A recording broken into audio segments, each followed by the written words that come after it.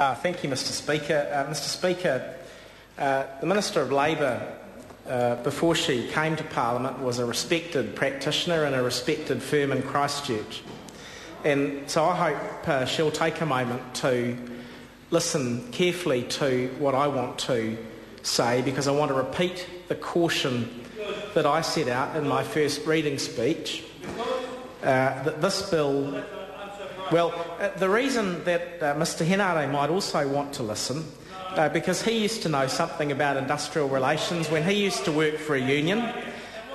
He might... fired for bottling someone. Well, that's right, before he was fired. But what he might want to do is have a listen, just like his colleagues, because the problem with this bill, despite all the union bashing from Mr Joyce and others, and despite all the rhetoric, is that it doesn't do what they think it's going to do.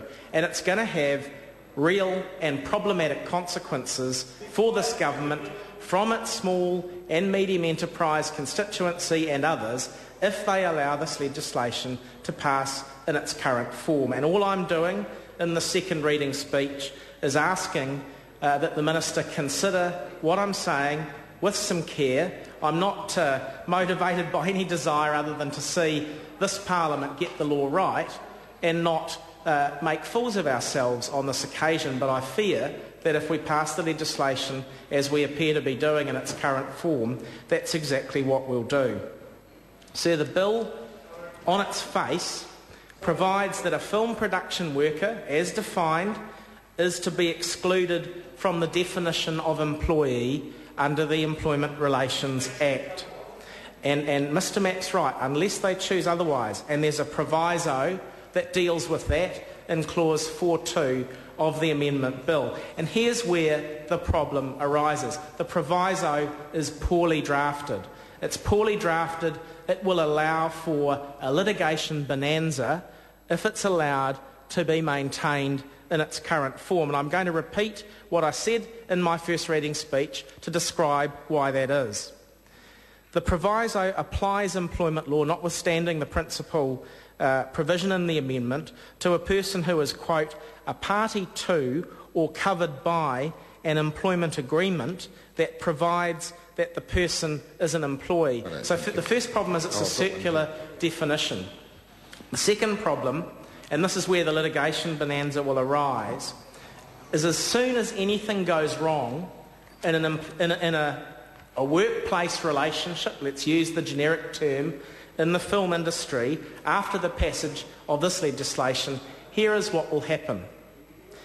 The aggrieved party will submit a personal grievance to the Employment Relations Authority and say that they should have the benefit of the proviso because they're subject to an employment agreement. They'll do that because it's much cheaper, as we know, to pursue a personal grievance than it is to mount a commercial dispute through the district courts or through the High Court.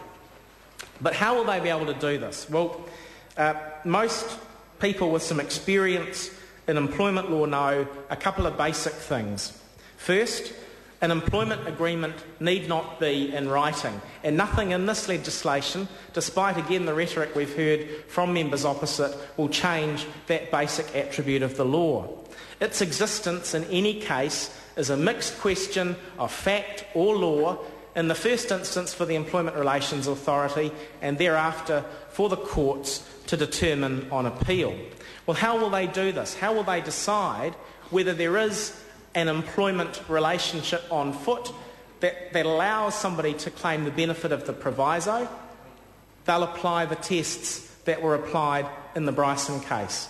And the reason they'll do that is because those tests, despite what Mr Matt said, are the tests that have been applied by the common law courts to determine whether or not an employment relationship exists in any case for about the last 150 years across the common law world. And Mr Matt can shake his head as much as he likes, but if he reads the Supreme Court decision, he'll see that much of the criticism that was directed at the Employment Court judge was that she was said to have erred in law by applying some new test to discover the existence of an employment relationship beyond what would have applied after 2000.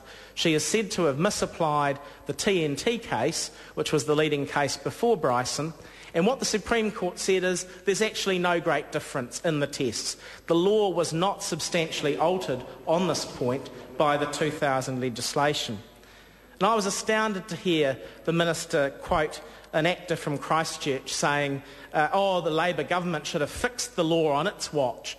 Well, the fact is, this was the last piece of litigation that dealt with this question in New Zealand. 5 years ago, the law was settled by the Supreme Court in the Bryson case. The reason the law hasn't been touched since then is because it's settled. It's really clear. The tests that should be applied to determine whether or not an employment relationship or a contracting relationship exists in any case are clear and settled matters of law.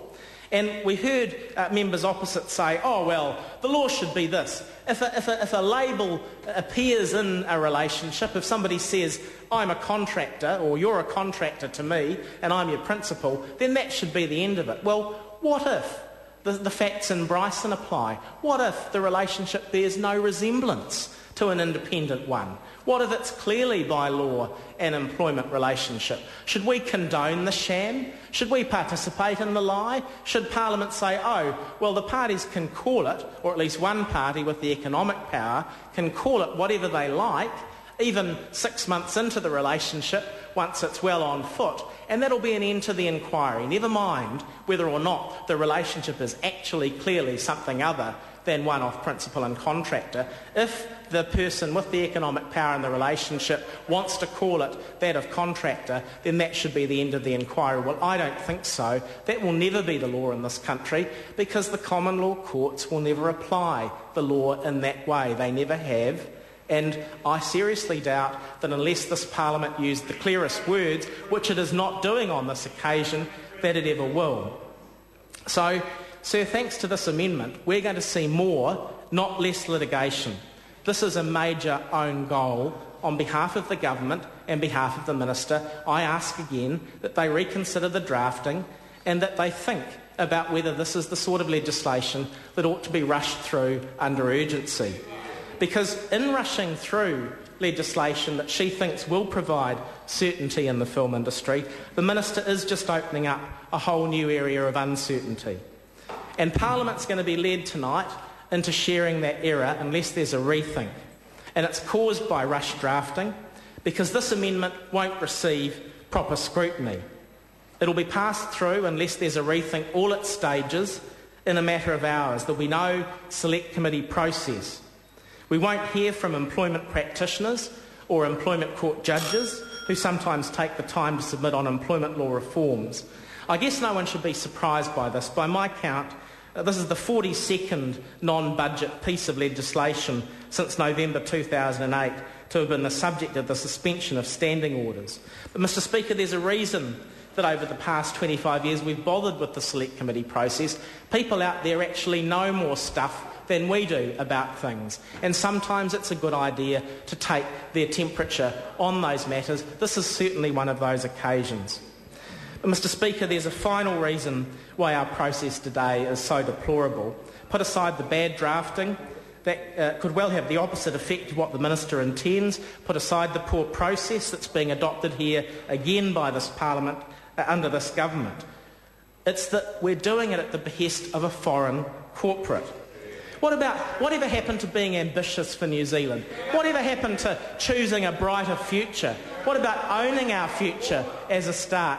Mr Speaker, on that ground, as well as the other two that I've described, this is a very sad day for New Zealand and for this Parliament.